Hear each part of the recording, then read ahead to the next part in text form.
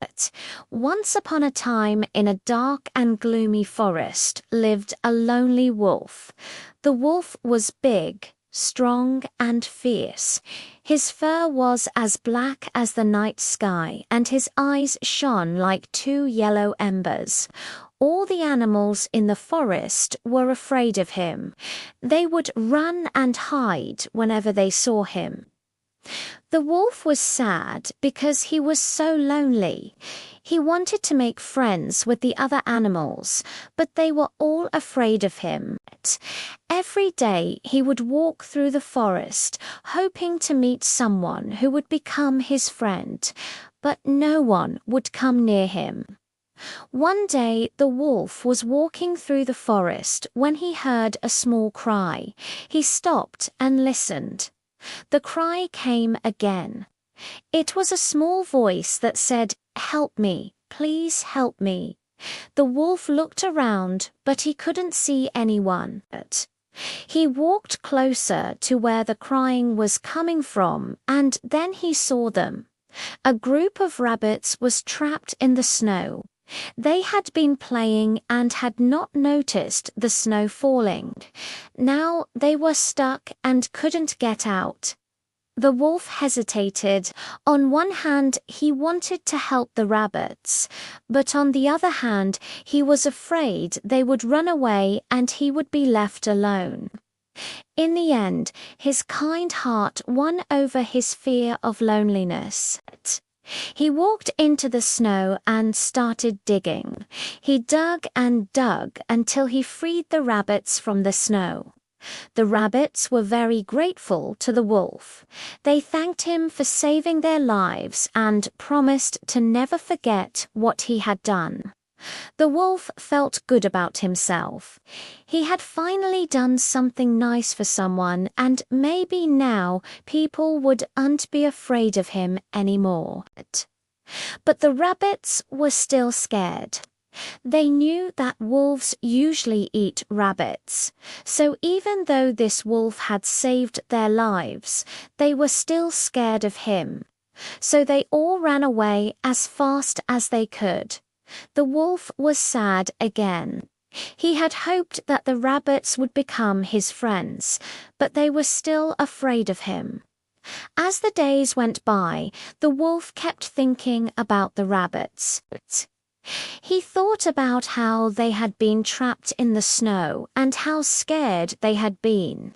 He thought about how he had dug them out and how grateful they had been. And he thought about how they were still scared of him, even though he had saved their lives. The wolf was sad, but he didn't give up. He kept walking through the forest, hoping to find someone who would become his friend. He talked to the birds, but they were too busy tweeting and flying around. He talked to the squirrels, but they were too busy gathering nuts and hiding them for the winter. He talked to the deer, but they were too busy eating and running away from the hunters. No one wanted to talk to the wolf. Then one day the wolf had an idea.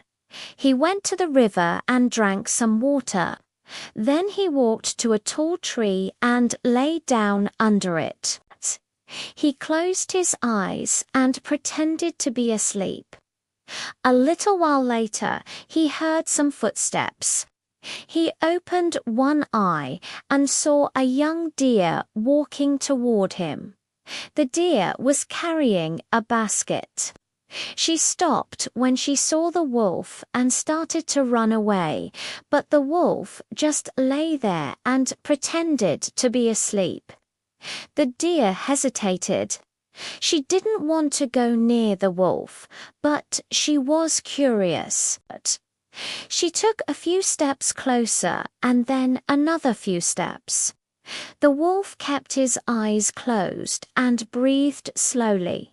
The deer got closer and closer until she was right in front of the wolf. She stared at him for a moment. Then suddenly she did something unexpected. She put the basket down and sat next to the wolf. The wolf's eyes popped open, but he quickly closed them again.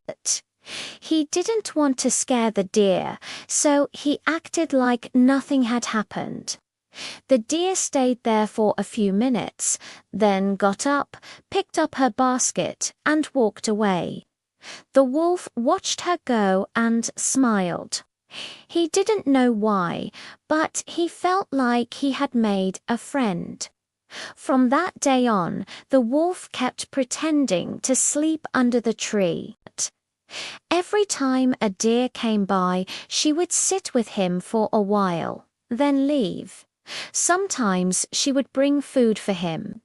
The wolf didn't eat the food, but he appreciated the gesture. He was happy that the deer trusted him enough to sit next to him and share her food. He hoped that someday she would become his friend.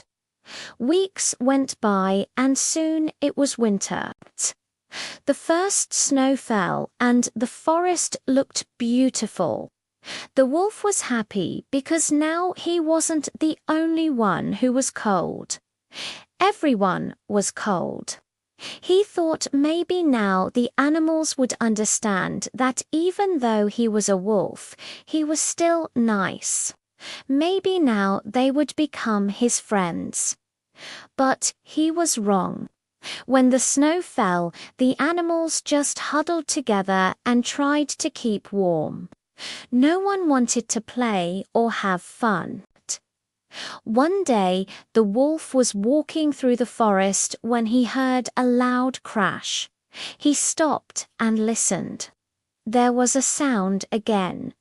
Someone or something was moving in the trees. The wolf walked toward the sound and saw a young rabbit. The rabbit was trying to climb a tree, but the snow was too slippery and he kept sliding down. The wolf hesitated.